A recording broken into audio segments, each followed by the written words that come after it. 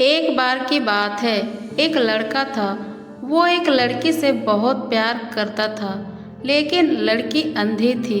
वो लड़का उस लड़की का बहुत ख्याल रखता था और हमेशा उसे खुश रखने की कोशिश किया करता था। वो लड़का जब भी उस लड़की से मिलता था, तो वो लड़की उस लड़के से हमेशा यही कहती थी, अगर मेरी आंखें होती तो मैं तुम्हें देख पाती और पूरी जिंदगी तुम्हारे साथ रहने के लिए तुमसे शादी कर लेती।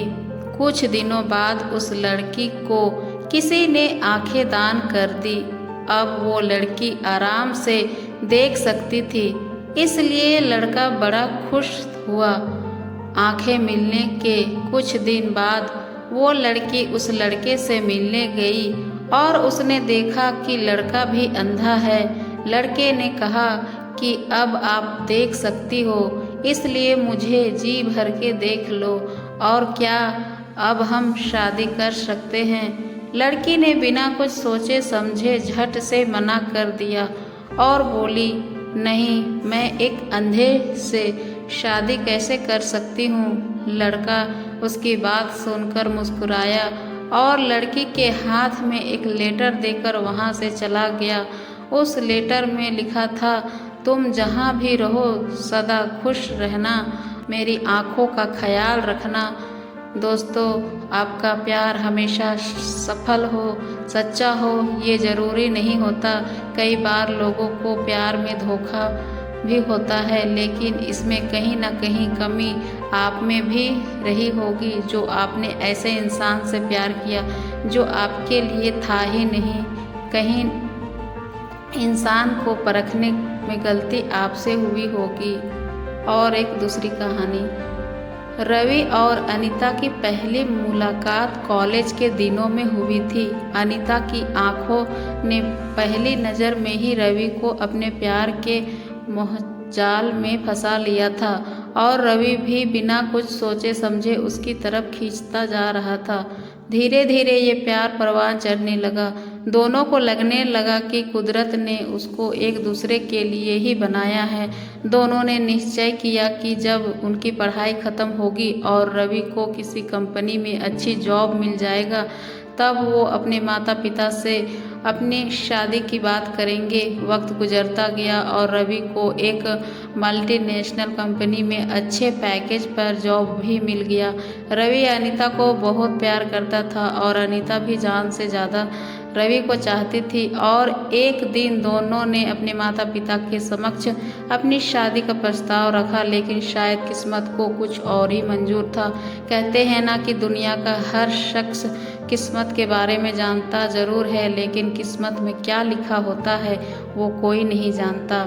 अनीता के माता पिता किसी भी हालात में अपनी बेटी का हाथ रवि के हाथ में सौंपना नहीं चाहते थे, क्योंकि दोनों की जाति अलग थी और अनीता के पिता अंतर्जातीय विवाह में बिल्कुल भी भरोसा नहीं करते थे।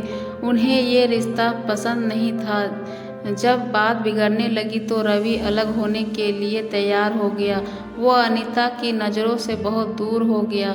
इस घटना को 6 साल बीत गए और एक दिन फिर रवि और अनीता एक दूसरे के सामने आकर खड़े हो गए, लेकिन अब हालात पूरी तरह बदल चुके थे।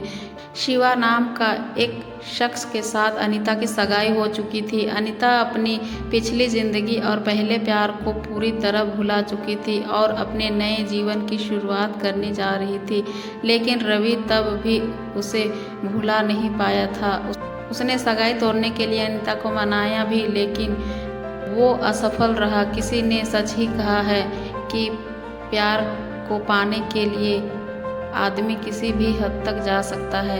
रवि भी अपने प्यार को पाने के लिए हैवानियत की हद तक जा पहुंचा। उसने किसी भी तरह शिवा को रास्ते से हटाने का मन ही मन फैसला कर लिया और क्रोध में आकर जून 2002 में उत्तरी दिल्ली की एक इमारत की 7वीं मंजिल से शिवा को नीचे फेंक दिया।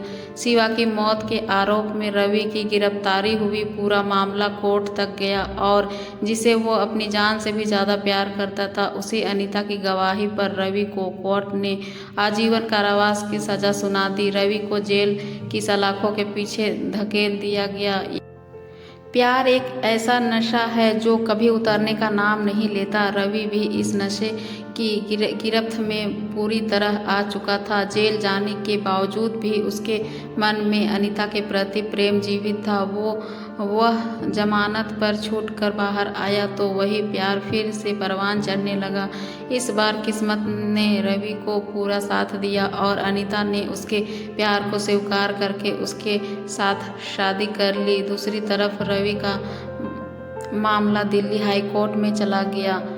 किसी समय अपने भावी पति शिवा की हत्या के आरोपी को सजा सुनाने के लिए कोर्ट में गवाही देने वाली अनीता अब उसी आरोपी पति रवि को बचाने के लिए बेताब हो गई।